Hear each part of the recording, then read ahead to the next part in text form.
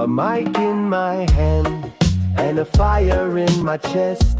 Words of truth ignite the quest, breaking chains with every rhyme. Faith in God stands the test of time.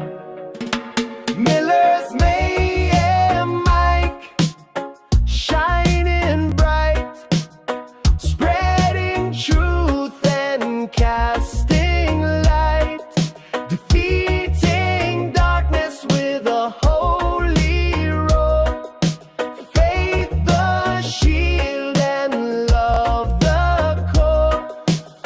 The stage is set, the battle's begun, evil's grip undone, one by one. With every verse, the shadows flee, God's power flows through you and me. Mash it up with a righteous twist, turn the tables with every fist. Mayhem's mix breaks through the haze, evil shatters under heaven's gaze. Mayhem mic, shining bright, spreading truth and casting light, defeating darkness with a holy roar. Faith the shield and love the core. Love the core, love the core, love the core, love the core, love the core. No retreat, no backing down. Truth and light where the victor's crown.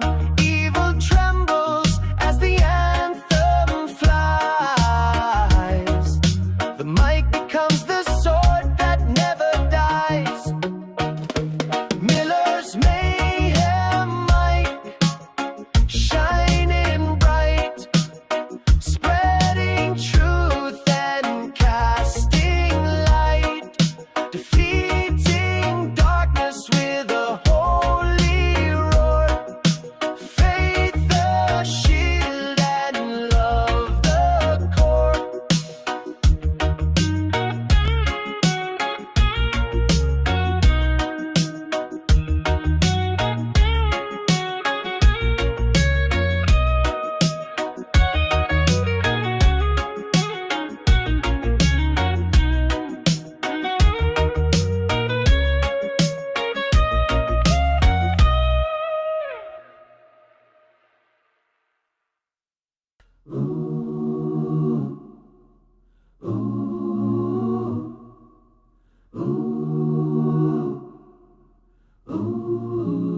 A mic in my hand and a fire in my chest.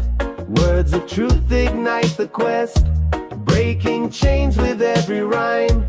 Faith in God stands the test of time. Miller's Mayhem mic, shining bright, spreading truth and casting light, defeating darkness with a holy roar.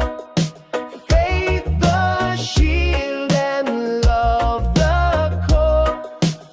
The stage is set, the battle's begun, evil's grip undone, one by one. With every verse, the shadows flee, God's power flows through you and me.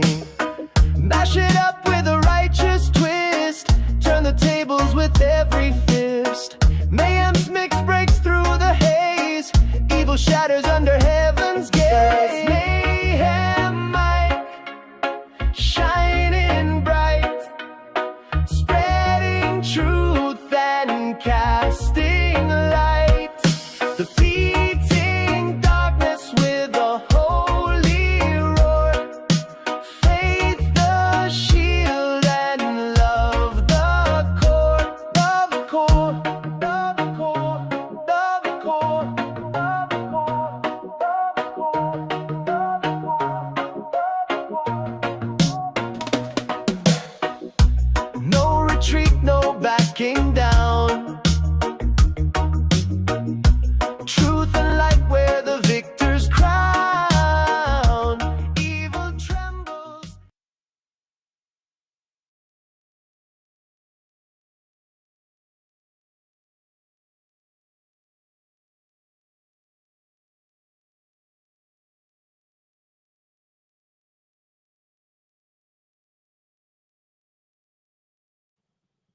All right, just give me a moment here as I switch methods.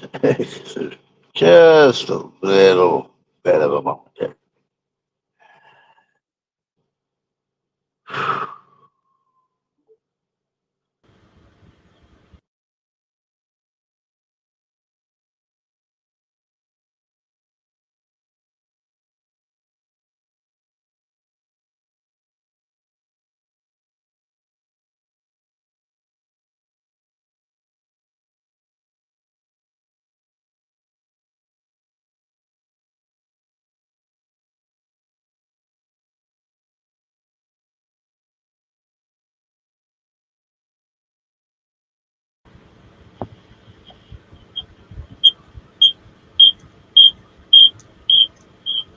Okay, now I think everybody should be able to hear me. So, trying to get things sorted a little, so working it all out. Hello to everyone that's here.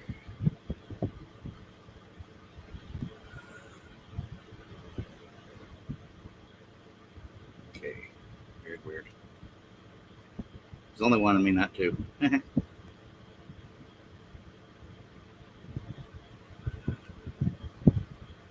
So, just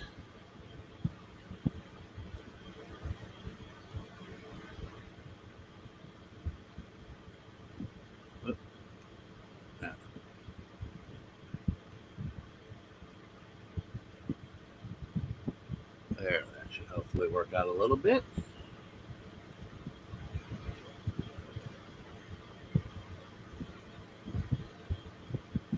There we go. I hope. I hopes. All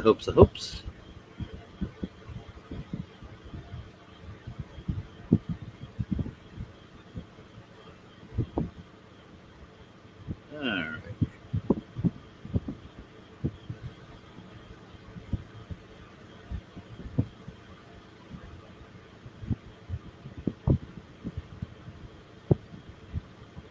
Yes, I'm very much enjoying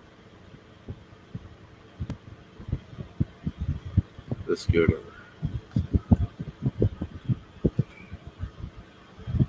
And not sure what mouse, but okay. Hey. Oh, that might be part of an issue.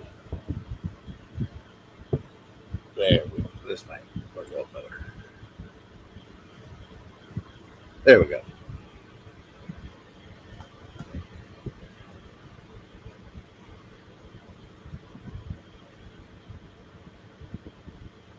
So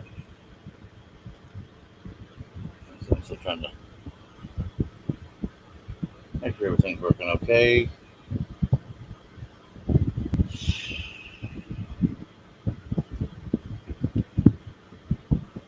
Uh,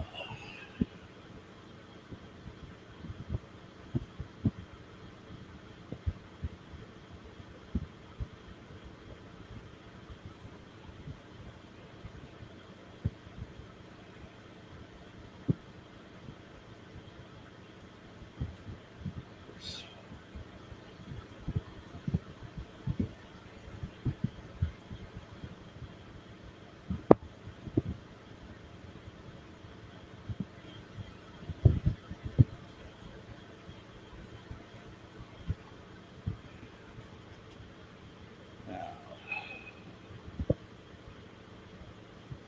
for some reason,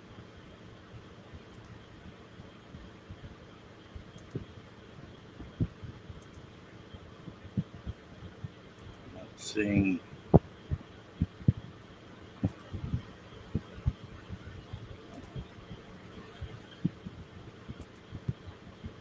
Maybe it'll give it to me now that we're live. Or maybe not. Okay. Just having my own set of fun here.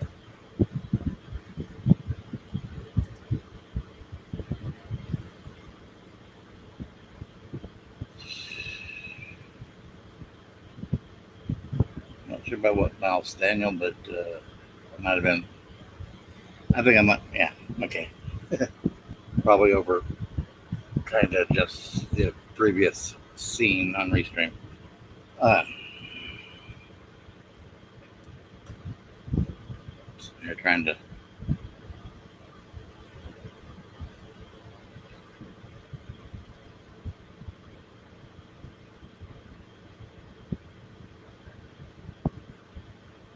sort all this out. Yeah. Still don't have my main computer back up and running right, so yeah, I'm trying to use multiple devices to do the job that previously one device did. So, because my backup devices are a little slower.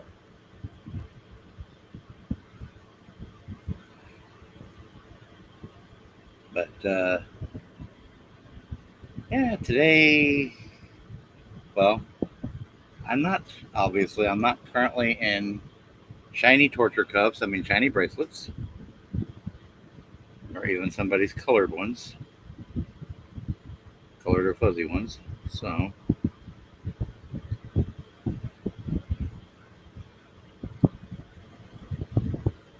that's a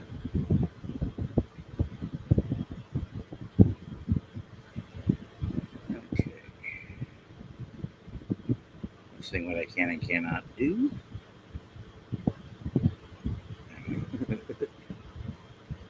But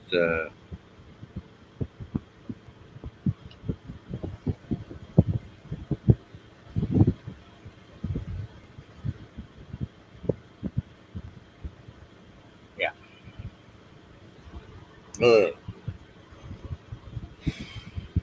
Of course, because of my disability, I wasn't able to attend today's hearing or even participate, because as I had mentioned Friday or whatever, that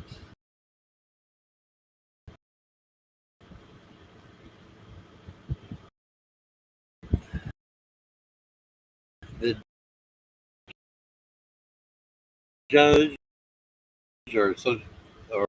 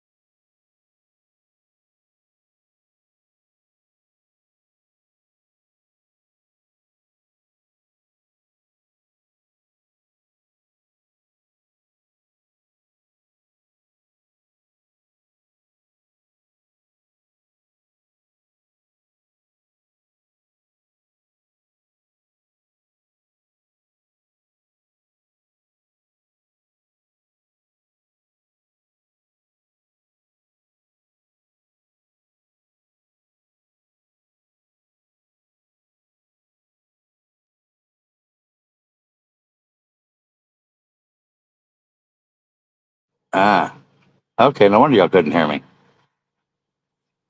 Okay, sorry about all that. Apparently, the computer I was trying to stream from decided to not behave so well. So I'm back now.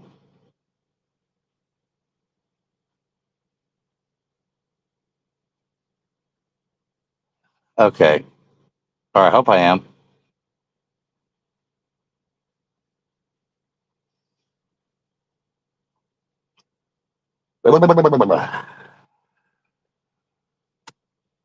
So I have to, force reboot that other one again. Okay. Not one error, it's another. Okay. Now I gotta back up and rewind myself. Okay.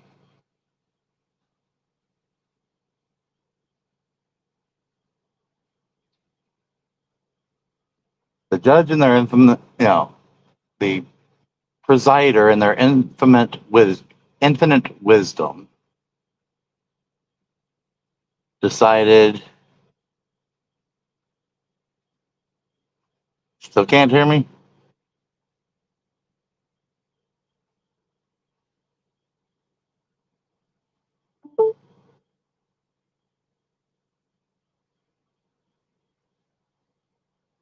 Hello?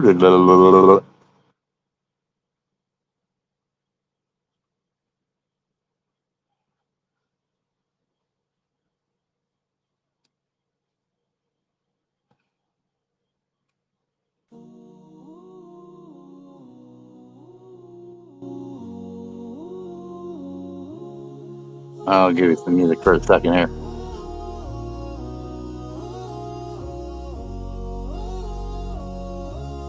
I'll try to sort this back out a little bit. Flames of glory piercing through the night. Shadows scatter when the sword ignites. Angels rise to end the endless fight.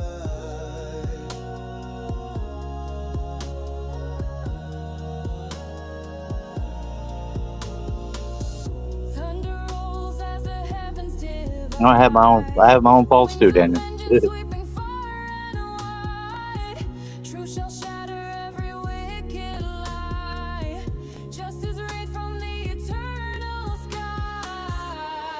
Angels of mayhem, the reckoning fire, truth and light, their only desire. Evil crumbles in the face of their sight, bringing Jehovah's justice blinding bright.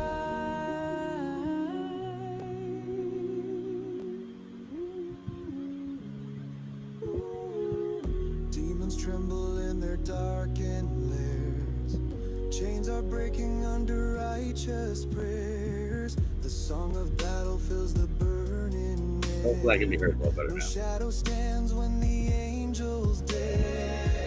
From the ashes of a world once torn, truth is rising, a new dawn is born. The battle rages, but the light won't fade. Justice marches with the swords they've made. Angels of mayhem, the reckoning fire, truth and light, their only desire. Evil crumbles in the face of their sight, bringing Jehovah's justice blinding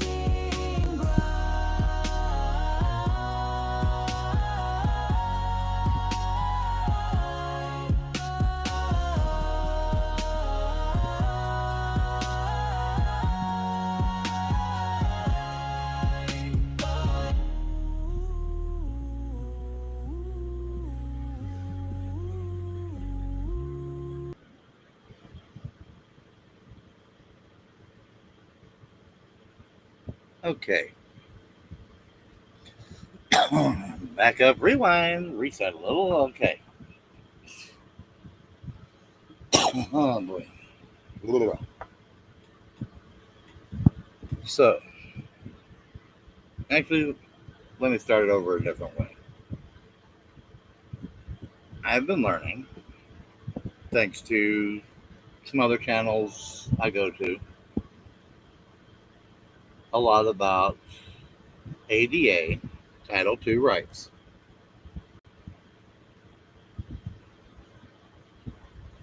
Particularly 28 CFR Part 35, and what a lot of those entail. Now, I knew enough initially to point things out, but thanks to the help of someone, maybe they'll stop in, maybe they won't. I've been able to learn a lot more because, to admit it, I forgot the CFR, which CFR it was. And if you like to watch First Amendment auditors and things like that, they're all about the 42 USC and things like 1983, 1985. The main civil rights and color of law stuff. Well, 28 CFR Part 35 is what talks about things such as service dogs, accessibility for the handicapped, making sure paths are correct and, buildings, well, not quite wheelchair ramps, but, uh, general accessibility primarily. And then it goes into things, and it's totally separate from SSI determinations. You do not have to have an SSI determination.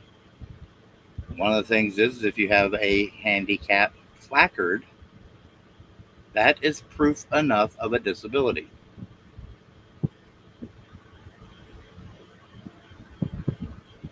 Things like the courts and the government, one, are not exempt from being sued under it, including judges. Judges are not exempt. They do not have judicial immunity over a Americans with Disabilities Act Title II violations. They can be prosecuted. Okay. And any attorneys, one of the things is they all have to have a coordinator if they receive federal funds. If they do not have a ADA Title II coordinator, Title I is for employment. Title II is for the public access. Part of it goes, like I say, talks about the service animals, and part of it goes into talking about disability, well, most of it's about disabilities in general. And the same part that talks about the handicap placard, part 35.137, I believe it is, or 127, and 137, also talks about powered mobility devices such as scooters. But basically it boils down to, reasonable accommodations, and court via Zoom is a reasonable accommodation.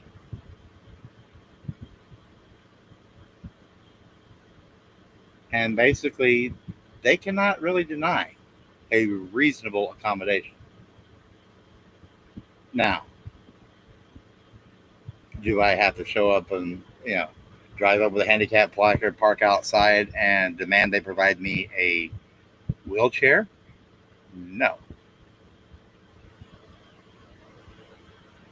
But, like I said, demand the court provide a wheelchair? No. But it also, like I say, another part is regarding the jails and things like that to make sure that they have some handicap accessible cells.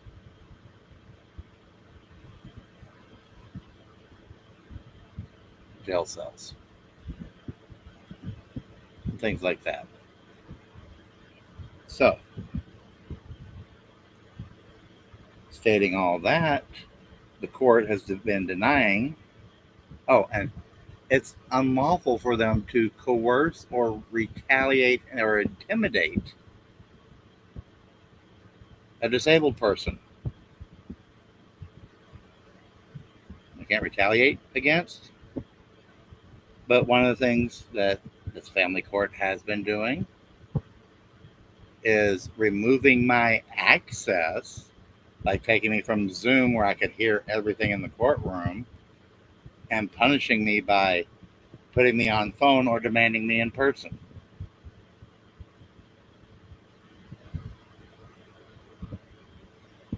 Demanding I appear in person when I cannot physically get there and or handle it.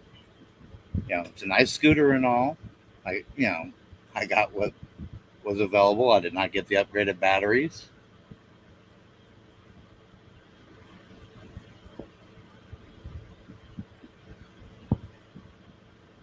And so I have a very limited range.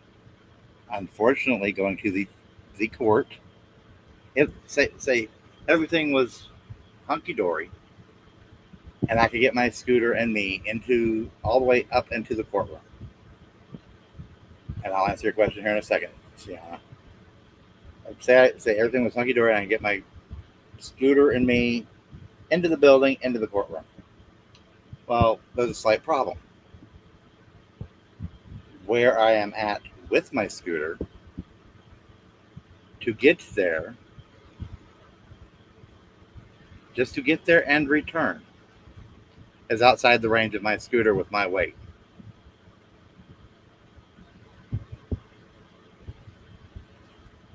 Let alone sitting there. What am I supposed to do? Well, sitting there at the court, be plugged in, recharging, which you need at least a minimum of 4 hours to do any charging. Well, I can't stay in the courtroom that whole time. So, that's extra time and things, and, basically restricting me from other access to function as a normal human being. They don't think of that, but they don't care about that. But basically, the courts cannot ask for me to explain my disabilities. But they're demanding that. They keep, even though it's already been basically done once with my previous counsel, my previous attorney.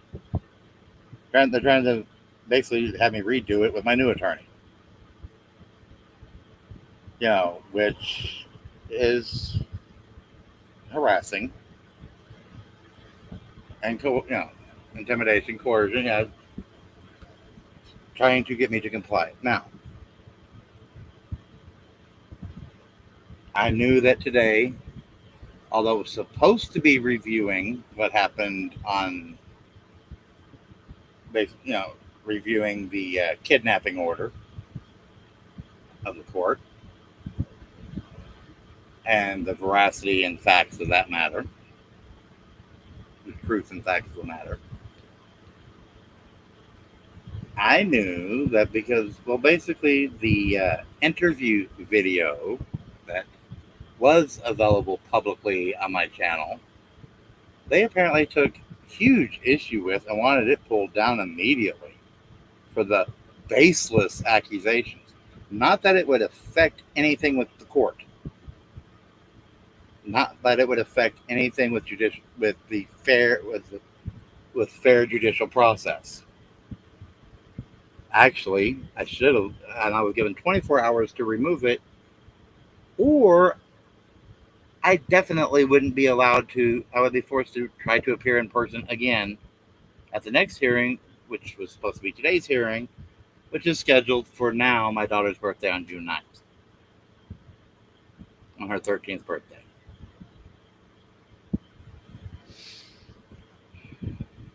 And yes, she's going to be officially a teenager. I'm not sure how it works when it comes to elevators. You would literally, all you have to do is Google 828 CFR Part 35. and it will go into a lot of that. And it has this, I didn't read the housing section too much, but really what I understand is that, from what I understand, that if they're, this is my understanding, especially when it came, also when it came to New York landlord tenant stuff as well, which I believe is, this part is slightly nationwide, is that, and in general, in most cases, the accessible, the handicap accessible apartments are generally first floor.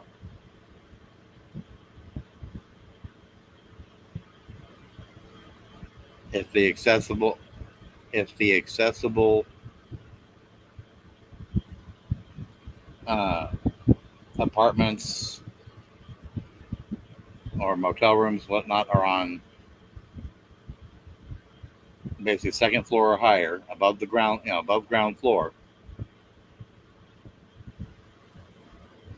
that requires that requires at least stairs. Because some, I've seen some hotels where technically the ground floor and slightly basement or whatever are both ramped, from the lobby.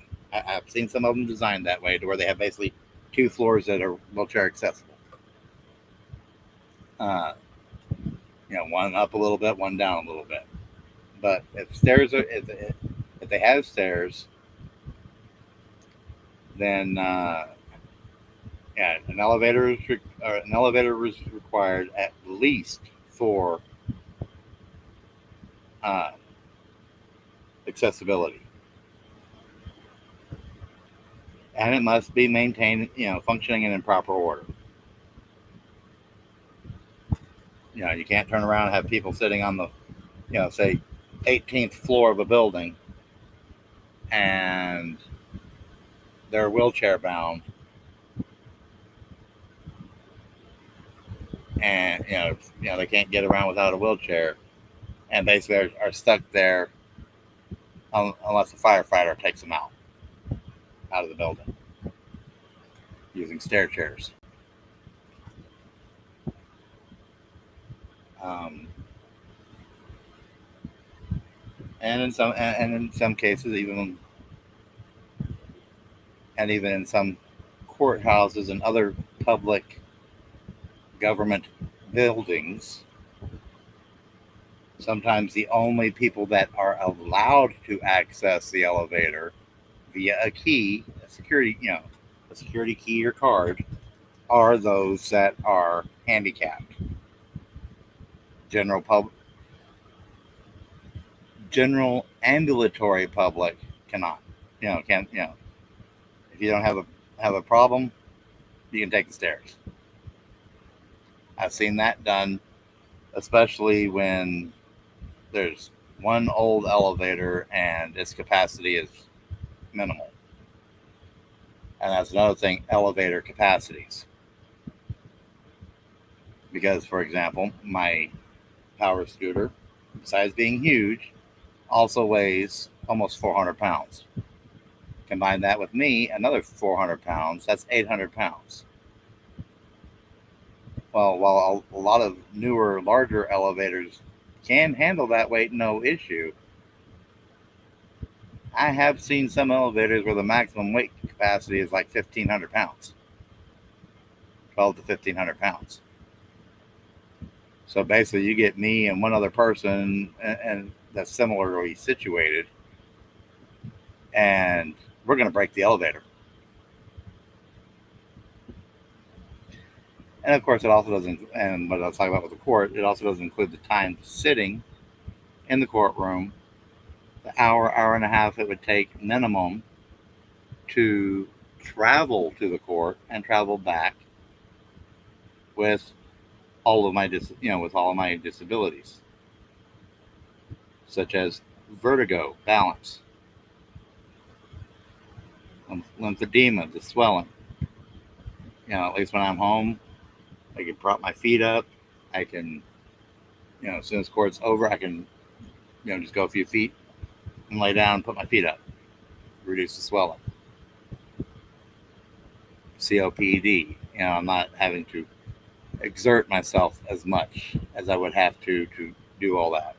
Plus, I have a bad shoulder, which is why I can't do a power or power assisted chair, wheelchair. Not the power assisted are the ones that have the little motors where you just barely rub on them and they go.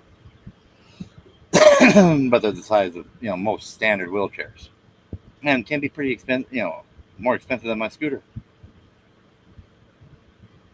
But of course, and although one was offered to me, the hover around type, yeah, that's really going to travel 5.5 miles to court, move around court, and 5.5 miles back.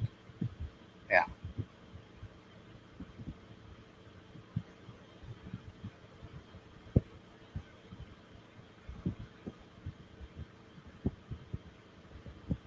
But so back to some of the phone court stuff I mentioned earlier, but I don't think anybody heard me. So the court had ordered, basically in violation of the ADA, everyone must appear in person.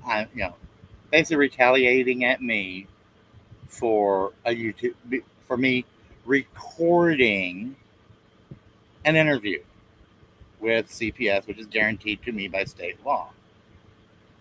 And of course, the attorney I have now says, "Oh, the court's saying it's not saying you can't record; it's just telling you what you can and cannot do with that recording." Excuse me. Yeah. Can we talk about prior restraint and basically a gag order?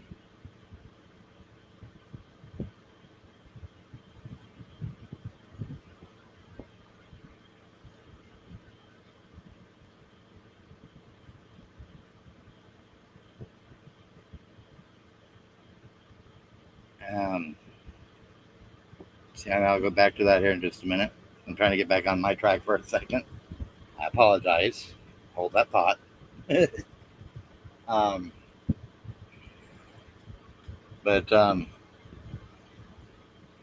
as I was saying, in order to retaliate against me for posting a video, they demanded me appear in court. When court was actually supposed to be more about my daughter and not about me posting a video that hurt their feelings. And then, of course, they ruled against me on that, even though there was still that missing attorney and everything else going on. And, well, okay, I got to repeat that part. So it was ordered on Friday. Everyone must appear in person. Now, granted, the gag order is only against me about recording and sharing on YouTube. Not against my wife, not against anybody else, but me. Because, obviously, I like to record and hold people accountable. So,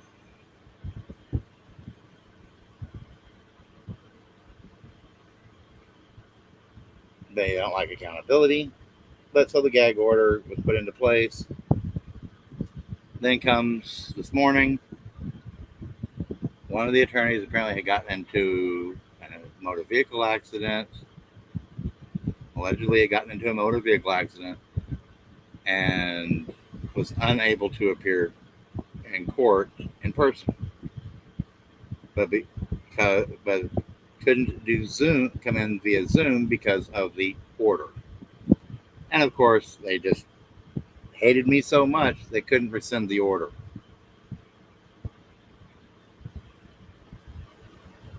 I did explain once, basically, some of them, with my previous counsel. And they're ignoring all that and trying to force me to do it again. And I don't have to. By federal regulation, I do not have to. My handicap placard is enough. Or for those that don't have a handicap placard, if you are getting SSI, that you print out your recipient letter that you're getting your SSI or SSDI for disabilities. That's enough. They actually you don't even have to do the letter. That's more than enough. they basically have to err on the side of you're right, they're wrong, you have a disability. They cannot retaliate against you. They cannot coerce. They cannot intimidate. According to 28 CFR Part 35, which is Title II of the Americans with Disabilities Act.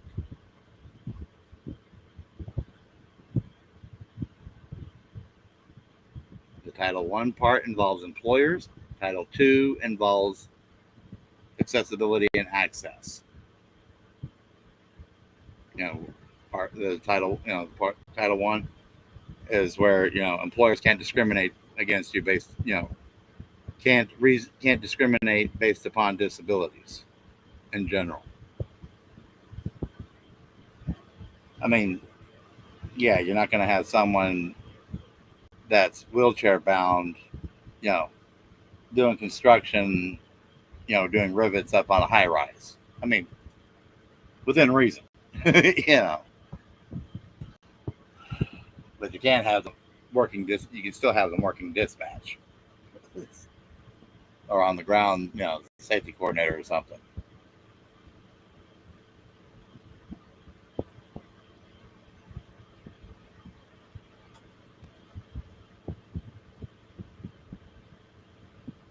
Well, they didn't like the video, and it was basically more retaliation for the video, because I asked who the coordinator was for CPS, the Title II coordinator there, because CPS receives federal funding to operate, as well as state funding.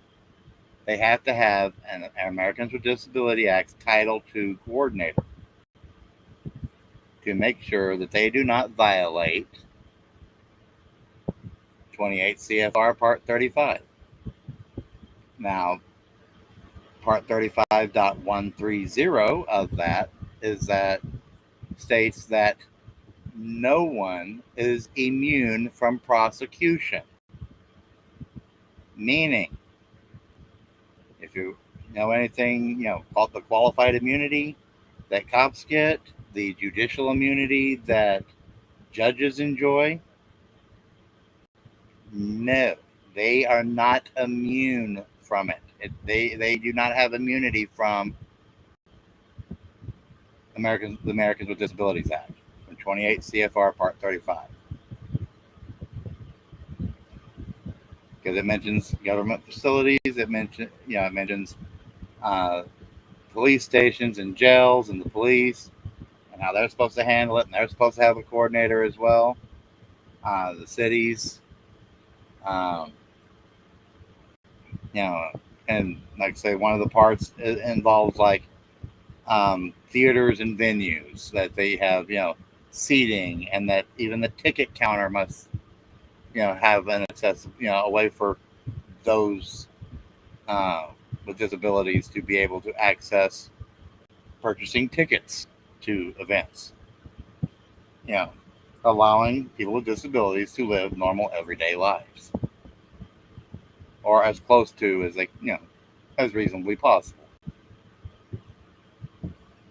But basically, the ruling that was meant to attack me, but yet I have it on good authority that there was one participant via phone, and that was apparently my daughter.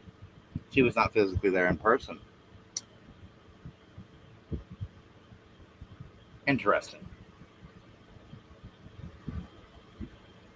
But because they had rolled against me, it would kind of be inconvenient. It would look really bad on them, and so it kind of bit them in the butt that one of the attorneys was unable to, through no fault of their own, was unable to attend in person today for what was supposed to be the review of why my daughter was taken, to review the lies. Because I knew it was going to get hijacked anyways when they got mad about, got their panties in a bunch over that interview video, which I hope y'all have all went and saw. If not, it is currently set to private. to comply because I'm sorry, a 2.5 hour video, I'm on somehow with very poor computer and have disabilities and stuff like that, go through the whole video and bleep out names every time they're mentioned. Seriously?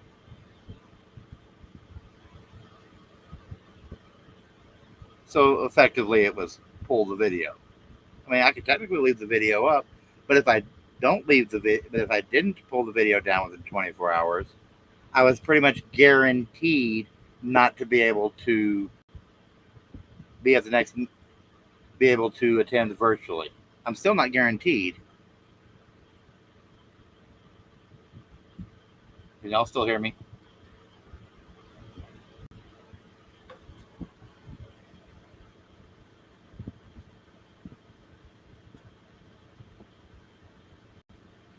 I hope y'all can still hear me.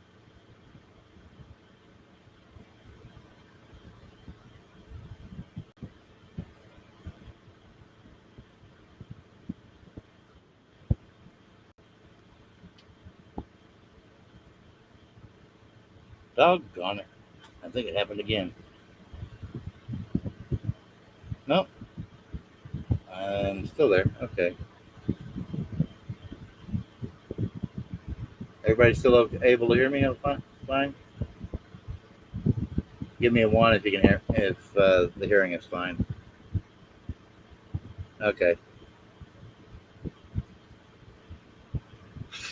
I hate talking for a little bit and then basically I talked. Nobody heard. So, and even though I had requested de novo, especially after the, okay, and here's the fun part. The judge, there was a ruling made that I could not appear via Zoom. Everyone must appear in person. I requested de novo after that ruling was basically made.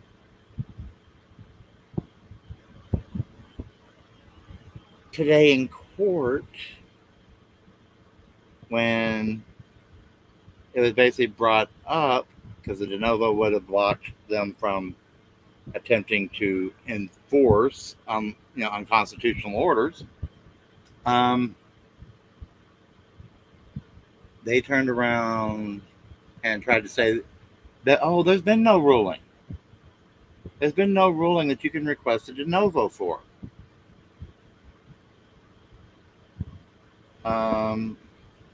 And then, of course, come to find out it is a ruling because it prevented one of the attorneys from appearing due to a situation beyond their control.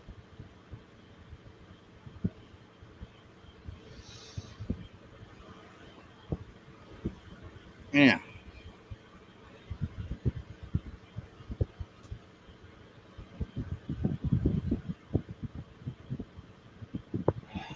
That's another fun side issue that I'm going to temporarily not talk about until it's all over with, hopefully.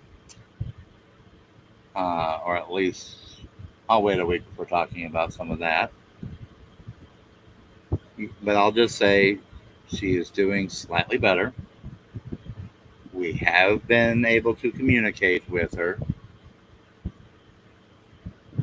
Oh, well, actually, I will go into that. I found during one of my previous mayhems, I brought up the fact my daughter had run away. For bullying was part of the reason. Well, she not only ran away once, but since that previous court date and incident that I found out she had ran away for and the part was over bullying, she's ran away a couple more times. And during a conversation, we asked her about the reasons she was being bullied and who was bullying her, where it was taking place.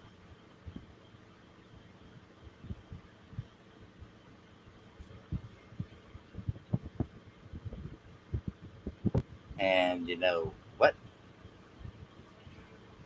I'm going to leave y'all hanging for a second as I play a song. Oh, wait, no. Let's do this one. Do that one. Let's do this one.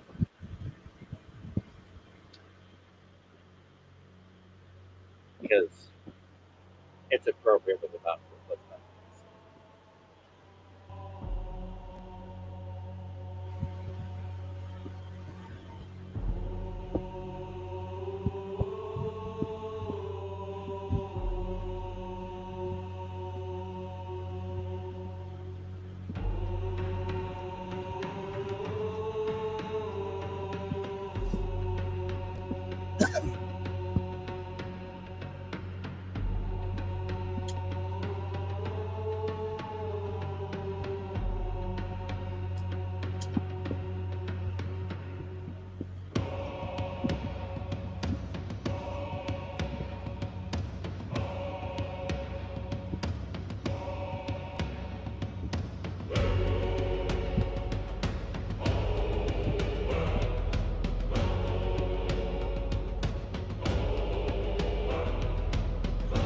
At midnight, no sound, no fight. Taking the little ones into the night. Whispers of power, cloaked in their deeds. Feeding the system on innocent pleas. Sturdy hands, pulling the strings. Truth lost in the chaos it brings. Behind the gavel, behind the walls, they don't hear justice, they don't hear our calls.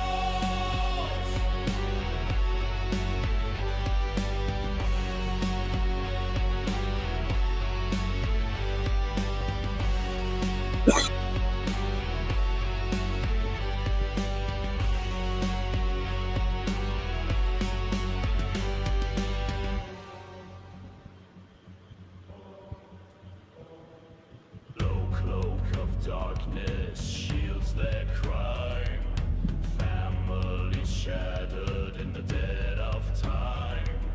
Rules rewritten, hearts torn apart. The lies they tell, a master's art. Dirty hands, pulling the strings. Truth lost in the chaos it brings. Behind the gavel, behind the walls, they don't hear justice, they don't hear our calls.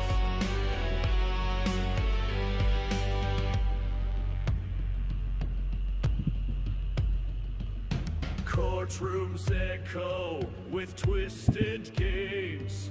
Judges blind to the fire and flames. The laws they twist, the lives they break. All for control, all for their sake.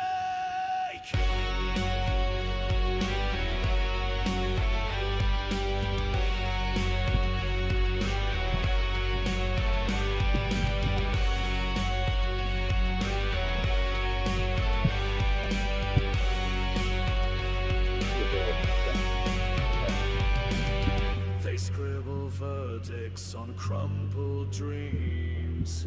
Silence the cries that burst at the seams. Who will stand? Who will fight when justice falls into the night?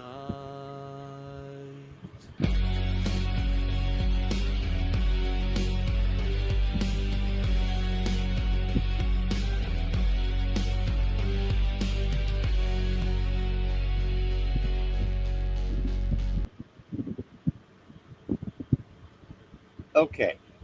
Yes. Basically, for a total number of 3 times, is my understanding.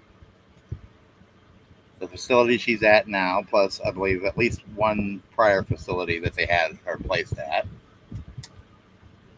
Or it could be the same facility all 3 times. I'm not exactly sure because I since I don't know the names of the facilities and where she's at when,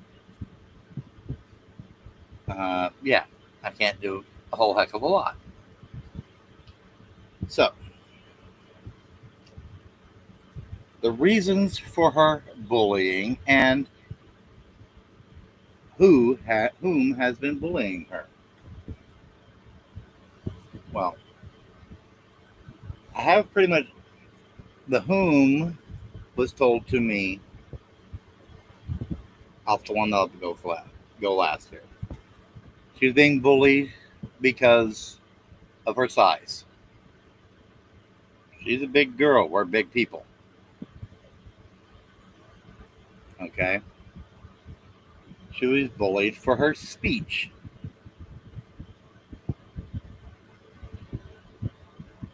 And then the big one she was bullied over was for praying. And not only was she bullied for praying, but the bullies were not just children, other children in the home, in the group home, but staff members.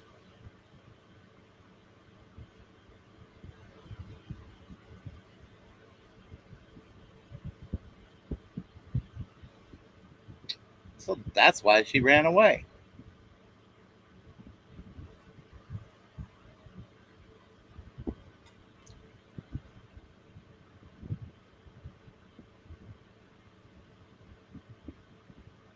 So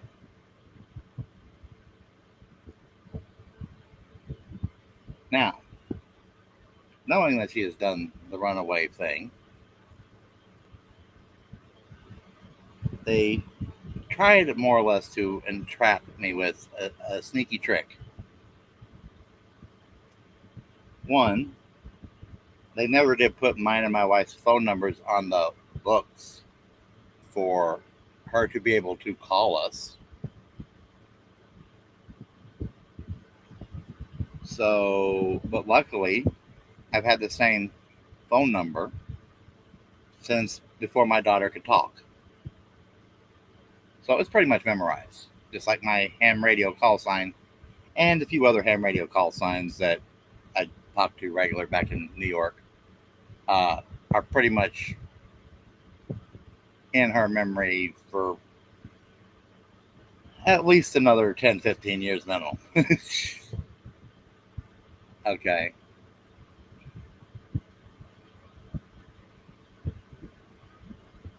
So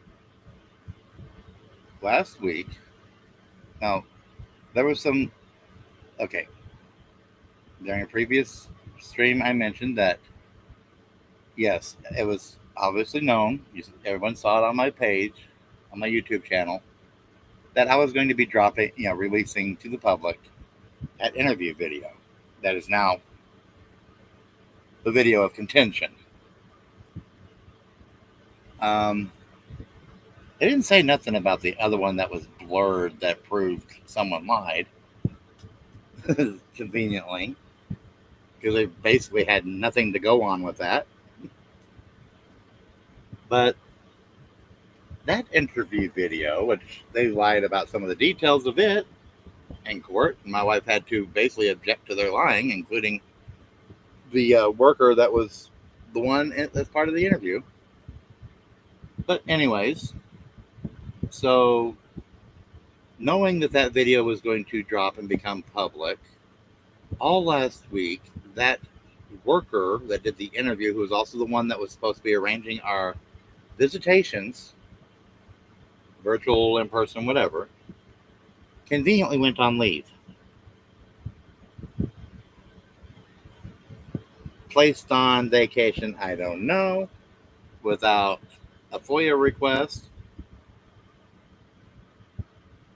But yeah. So for Memorial Day and for the week, that person was gone, conveniently. So any visits were kind of, left hanging in the air what would happen. And one of the things that was becoming a contention was that my wife hadn't had a chance to talk to our daughter, and because of her issues, she needs the visits to be. She needs the in-person visit. Me, I have no problem virtual.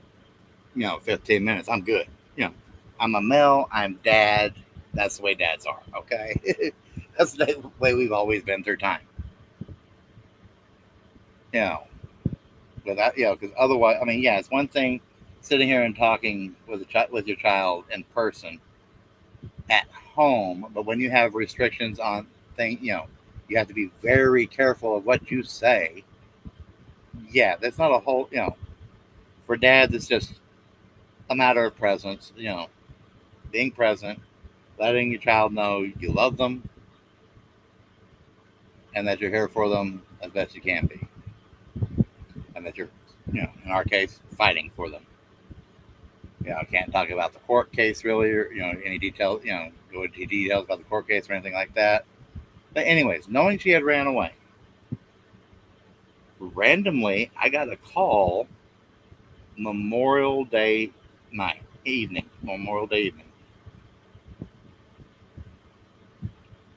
Now I hadn't scheduled the phone visit for the following day because my contention was, and part of it,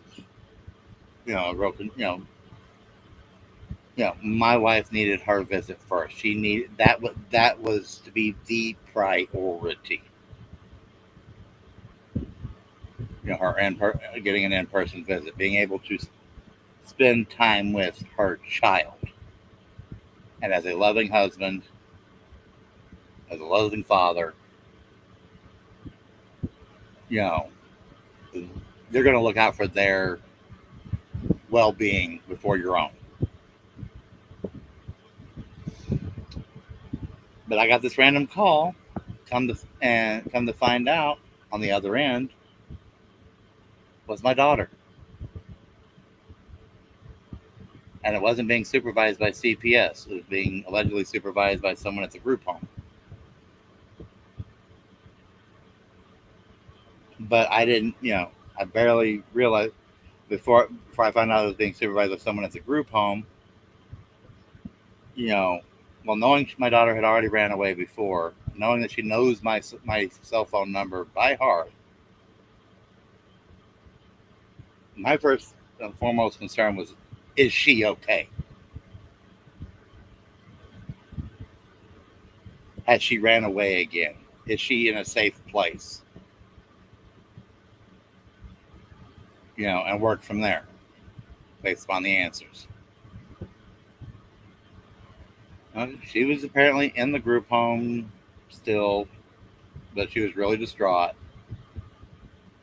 And yeah, it was just a matter of talking to her for a bit, helping her calm down. Then come to find out they were trying to, and then, and then she called randomly. They got voicemail on Tuesday, the day of the visit. Basically the next morning. And then it got answered again. One of the next times. But yeah, I got reprimanded via my attorney regarding, because CPS has to supervise all contact.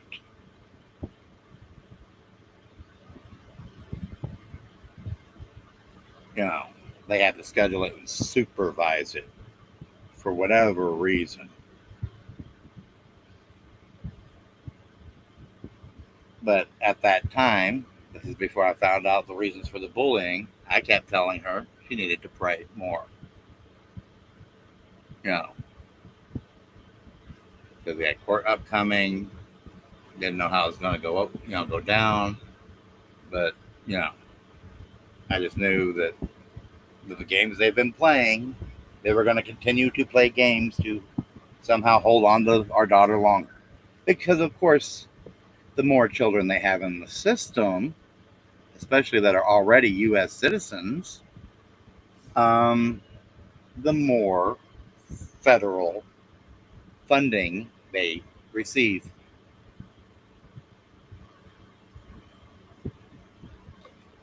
Um, yeah, but come to find out, my daughter was being bullied for praying, not just by children. I can kind of understand the children part, but by staff members. Okay, one of the things I have been, because she is not in a group home that even has, goes to or has a Bible study or church, goes to a local church, nothing like that. In fact, they do other activities on the weekends, and yeah, no, they do not expect me to pay for the supervised visits. It's a matter of it has to be on their schedule, on their time, with their person overseeing it. And in persons, they won't even do a quote unquote supervised visit here at the park.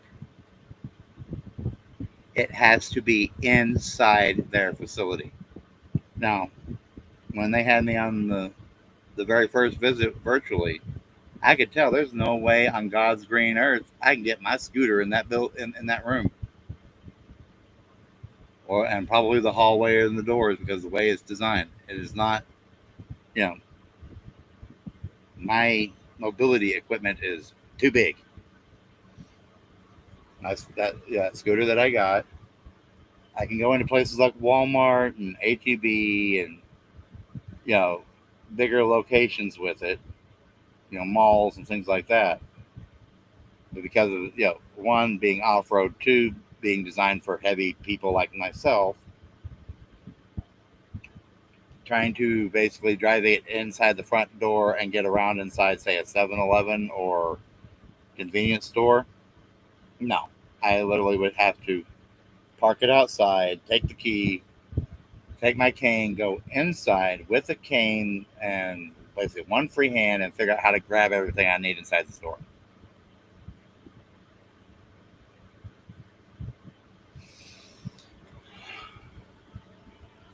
Not an easy task.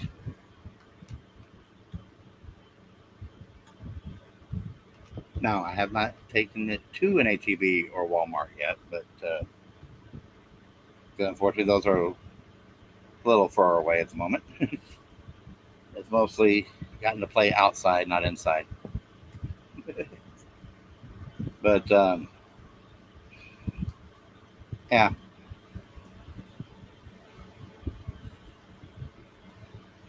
So that's kind of an update on a lot of that. But for those that are here late, if you read 28 CFR Part 35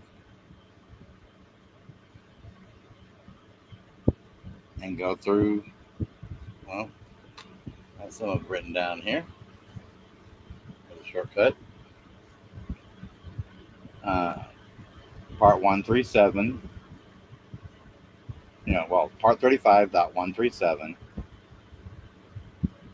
134 is regarding retaliation and coercion. 103, 152 is regarding jails. So 178, and of course 1.130. .130 is the part that says nobody's exempt from it.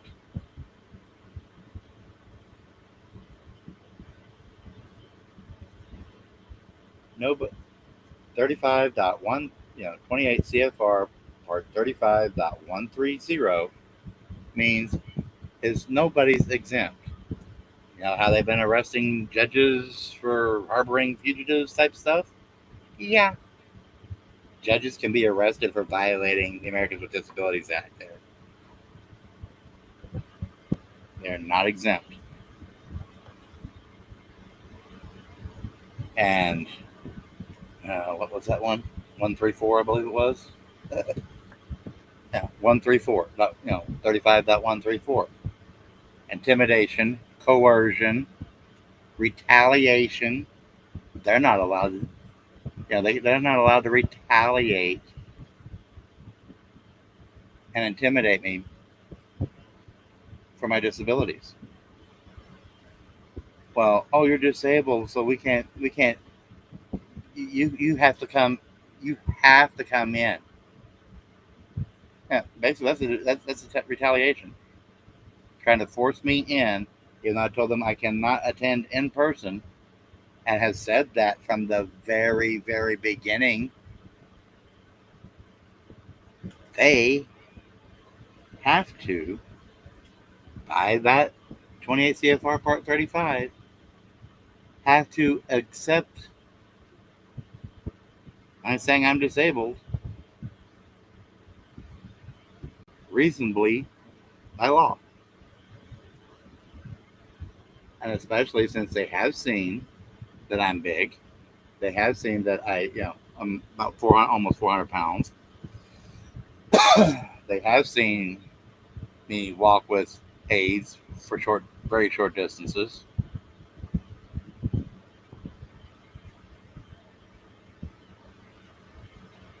Yes, but how accessible? That's part of the problem, host. It's accessible. The the building is new and is a newer building that they're using. I mean, it was built specifically for family court, for the Travis County Family Court system. The problem is it was built on guidelines that basically you can get a manual wheelchair that can turn on a dime up a ramp,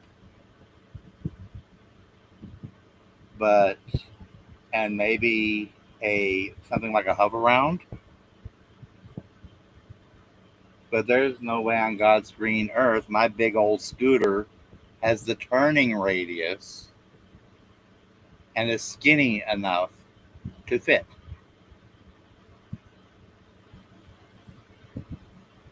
Little travel mobility scooters. 90% of the mobility scooters out there, can do it no problem. Mine can't,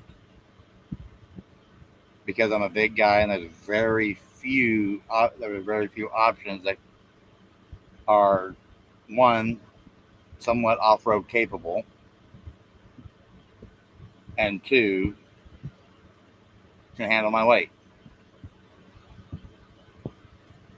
I mean, there's like the Raptor, made by the same company. I've got the Wrangler too. The Raptor, it's a smaller one. It can still do a lot of the things the Wrangler 2 can, but it doesn't have the weight rating that will accommodate someone my size, height and weight. I mean, heck, I saw the other day I got to ride to the VA to redo my VA ID and redo the picture and order a new one. And I saw a guy. He was around 300 pounds, and he was on a scooter, and it was like big man on little bike. It was just, I felt sorry for the scooter because I know that scooter was not rated for his weight,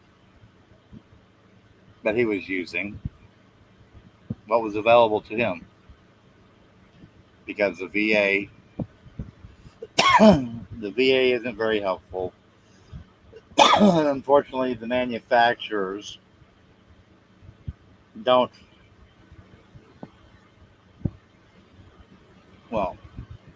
focus.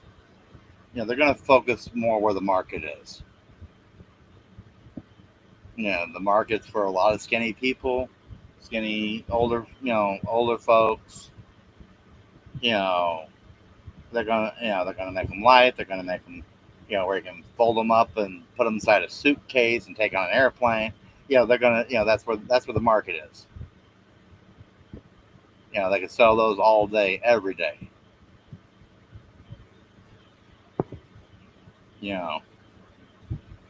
And even though there technically is a market for, where I'm at, where the, trail, mild trail capable, can climb a decent inclined hill. And it does not maintain speed. It slows down going up a hill.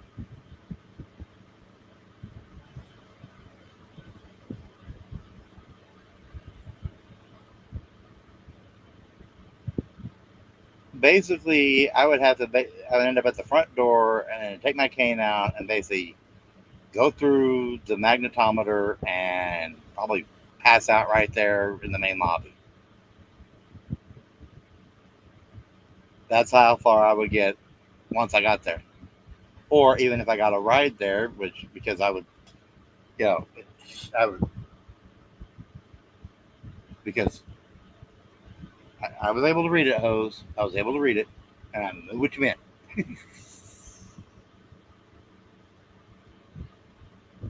But anyways, any whoozy was it. I've been going for a little more than an hour.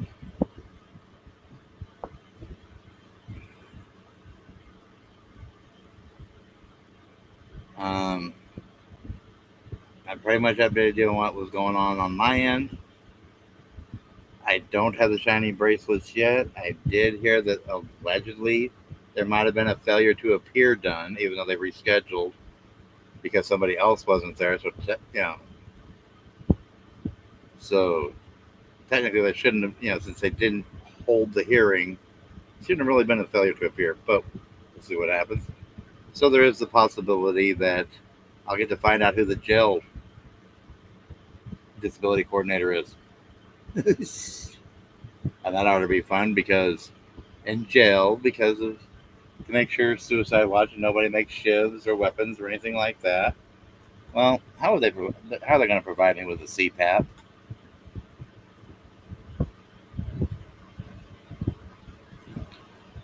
Amongst other things I would need medically.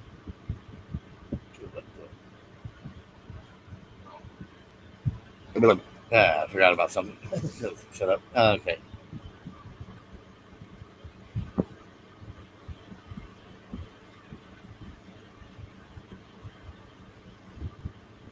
So, I asked people to put pins in things, and I would circle back to them. Here we go. Now, I'm not an authority on the 28 CFR Part 35, but I am learning quickly, especially when in the middle of something.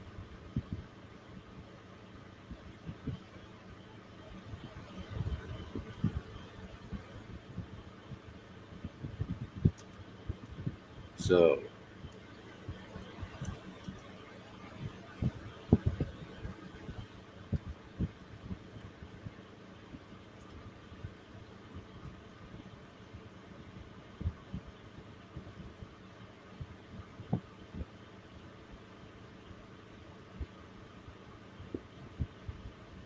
any quick questions or anything?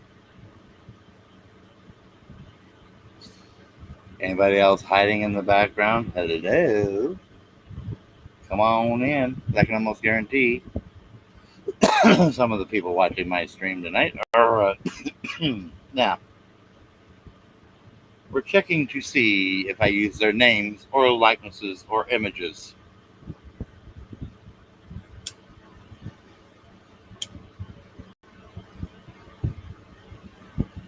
To impugn their not so good name.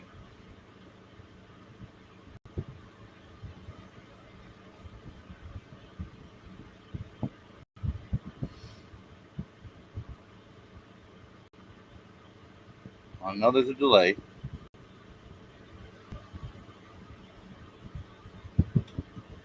That's a very good question, Daniel. And the only answer I have after contemplating, after reading everything they've produced, there's one thing that tends to stand out besides basically me being a Christian and a conservative. Oops. Hold up a moment. Amazon. Reset timer. You're 15 on the timer. Restart now. But okay, back to what I was saying real quick.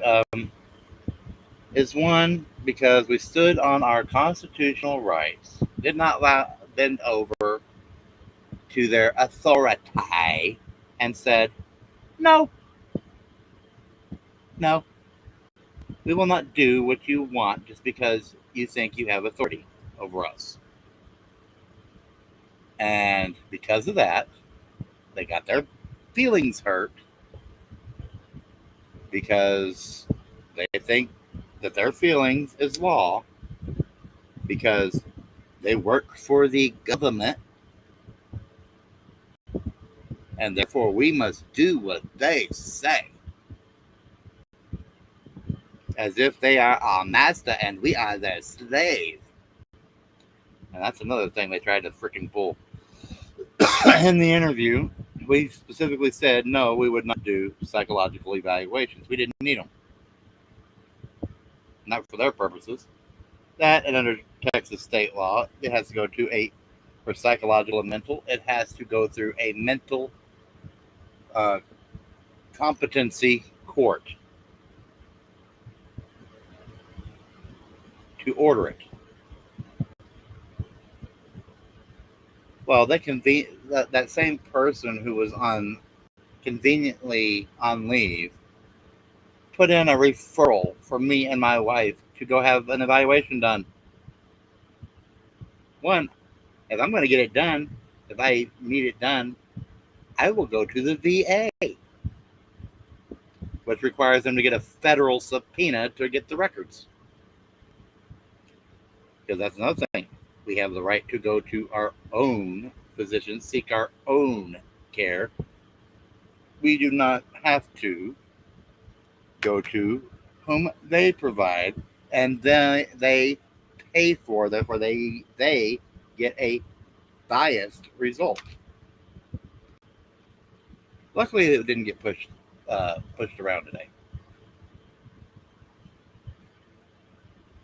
But if anything, they should, and that was one of the things that was brought up during that interview was that, if I'm bringing up laws and stuff and they think I need a psychological evaluation because I told them no, I stand on the Constitution and whatnot, or do they, oh wait, they want us all to be reprogrammed to be mindless liberals and kowtow to their whim.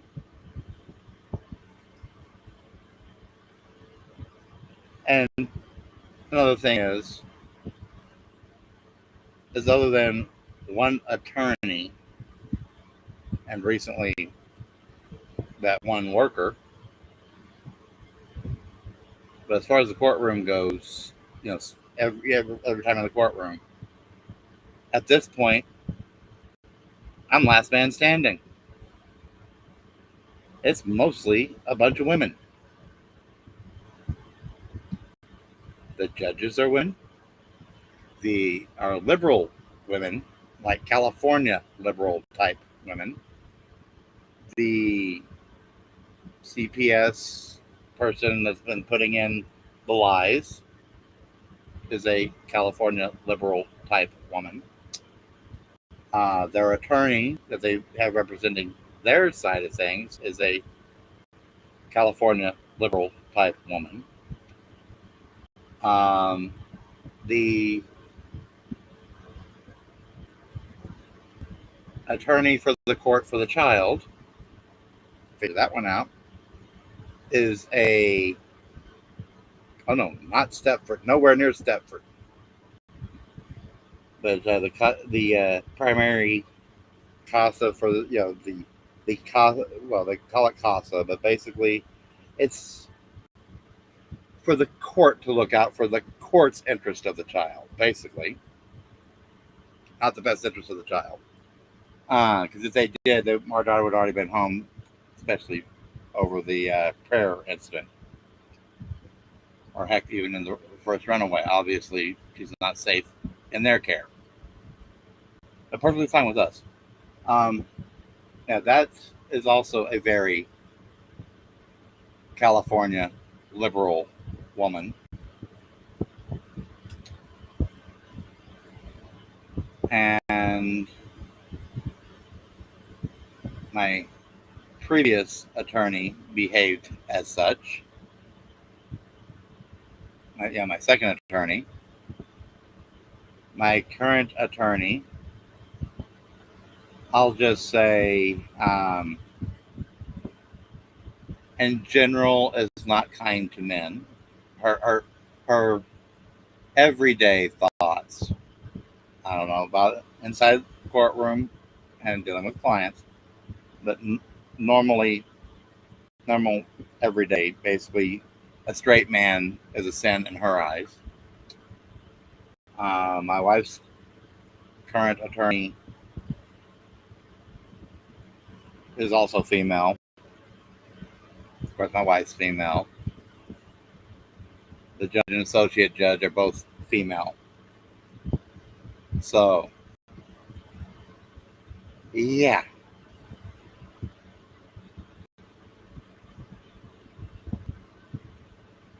And the worst part is, I'm the oldest one in the room. I'm the oldest one.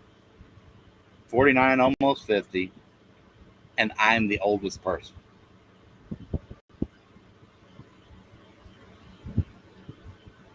But yet, I'm the liar. I'm the one that doesn't know what the heck I'm talking about. I'm the one that doesn't deserve any rights. Yeah.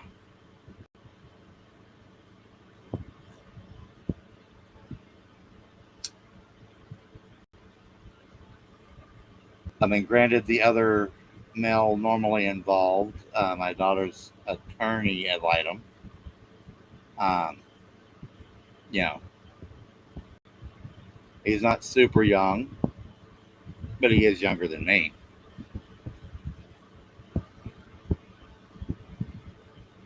Yeah. And in fact, I think I'm the only Gen Xer. Everyone else is Zennials or Millennials.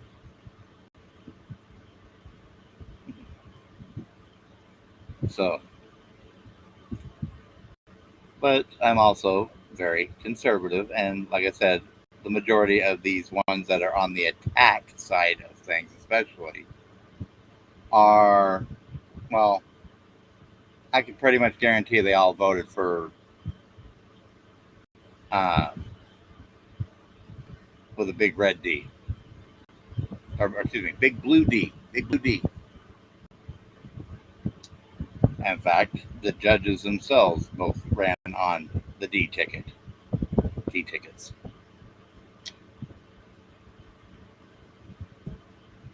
So, in a way, and of course, if you know anything about the modern D party,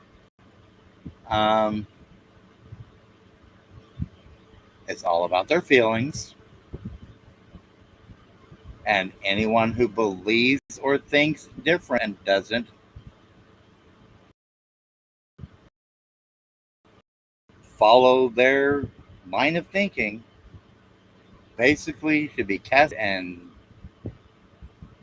put in a gas chamber.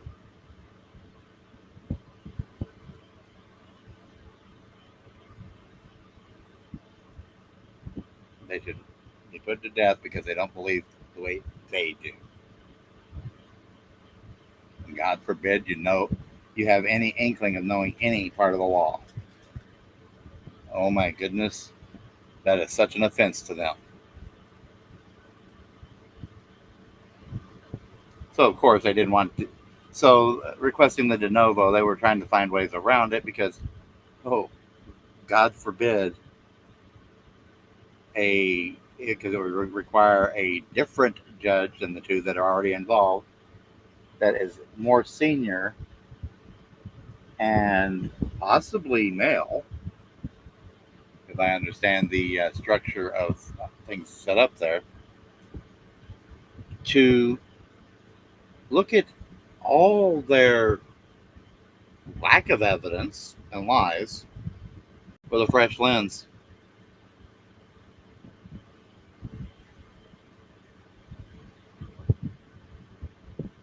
And would see the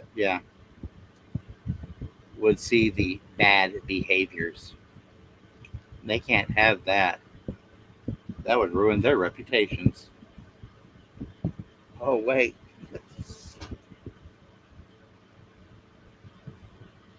But they have no problem spreading a bunch of lies and misinformation to the court.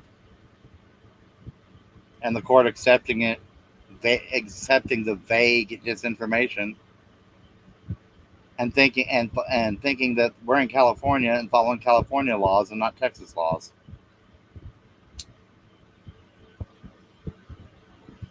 Well, enough said.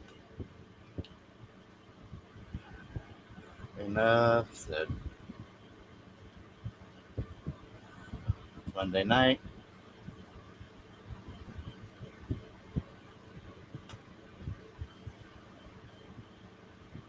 And so, yeah, keep that again a little bit there. And not as much music tonight. Hour and a half. Thank everybody for stopping by. I appreciate it. And so we meet again, and hopefully I don't have to wear shiny bracelets in between now and then.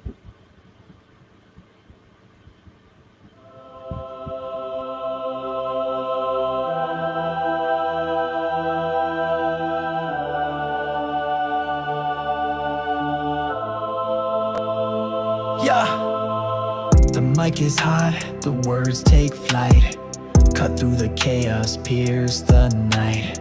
A weapon of truth with a righteous glow, defeating the dark where shadows grow. The microphone of mayhem sings so loud, spreading light, breaking through the crowd. Faith in God guides the way we fight. Truth and love ignite the darkest night. Every word a spark, every line a flame, burning deceit, tearing down the blame. With faith as the armor and love as the sword, we march on strong in the name of the Lord. No fear, no falter in this holy quest. The voice of the righteous will never rest. Against the tide of lies we take our stand, with the microphone blazing it in our hands. The microphone of mayhem sings so loud, spreading light, breaking through the crowd. Faith in God guides the way we fight. Truth and love ignite the darkest night. The darkness trembles as we rise, hope reflected in a million eyes. With God we triumph, we